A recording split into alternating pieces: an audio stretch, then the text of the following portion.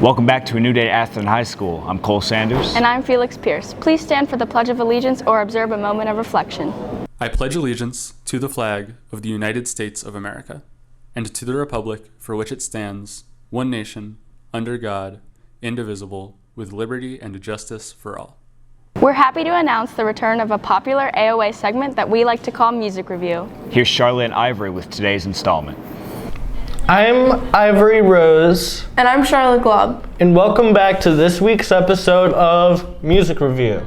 Today we'll be talking about the Unicorns, a Canadian lo-fi indie rock group from the early 2000s. The Unicorns released one studio album in 2003 and a shorter EP in 2004.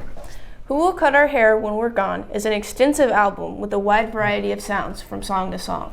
The two we'll be focusing on today are Child Star and Inoculate the Innocuous. Child Star is narrated from the perspective of a grown-up child star clinging to what's left of their popularity. Throughout the ending of the song, there's a second voice heckling back as this child star feeds their own delusions. The narrator repeatedly chants in the ending, "I'm still a great big star," to which the heckler in the song replies, "No, you're not." In Inoculate the Innocuous, the narrator compares a variety of bodily appendages to shocking feelings. At one point saying, "Remove your abscess," they say it's cancer. The Unicorns stand out because of their ability to merge lyrics and ideas with others that might not have combined otherwise. Although the Unicorns' discography is limited, there are rumors of other projects the band worked on, including singles and other albums recorded and distributed physically. That's it for this week's episode of Music Review.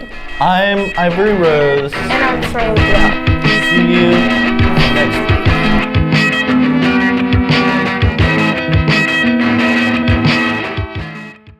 Sounds great.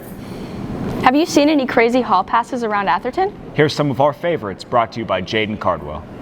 This actually belonged to my great uncle, Uncle Lee, and we were going through some old stuff after family members passed away, and there was a bag of ties that he apparently wore for Christmas parties, and this is one of them, and I figured since it was Atherton colors anyway, why not?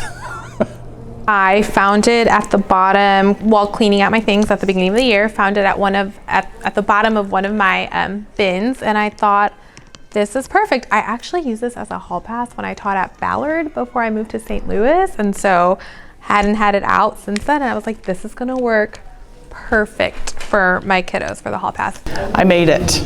I had one at my last school at J-Town. It was John Krasinski. And then I became obsessed with Ted Lasso, so this year I thought, new school, new hall pass, let's make it Roy Kent. Well, they have the bus tags for our first day back after our bus disaster, and I decided to keep one of them and turn it into something. I got it from the Albanese Gummy Company, their website actually. And the only significance is that it's the same exact last name, and I thought it would be easy for people to remember it was my hall pass because it has it on there. Yeah, sure. So I got it at the Home Goods store, and I got it because I teach anatomy, physiology, and health sciences in the human body systems class. So I thought I'd get a pass that is resembles or reflects of what I teach. Atherton has many athletic programs. Here to keep you up to date are Caroline and Aaron with the Raven Sports Wrap-Up. Welcome to your weekly Raven Sports Wrap-Up. Over the weekend, the girls soccer team played against Collins and won 2-1. They fought for the win after being tied for 39 minutes of the second half, and Emily Paul scored the winning goal in the last 30 seconds. The boys soccer team played against Wagner and also won 5-3. Tuesday, the girls soccer team celebrated their senior night with a game against Mercy, and our Lady Ravens won again 3-1. The boys soccer team played against Highlands Latin and unfortunately did not come out with a win. And tomorrow night, our football team plays against Oldham County at 7:30. That's all for your Raven Sports Wrap-Up. I'm Erin. And I'm Caroline. Stay cool.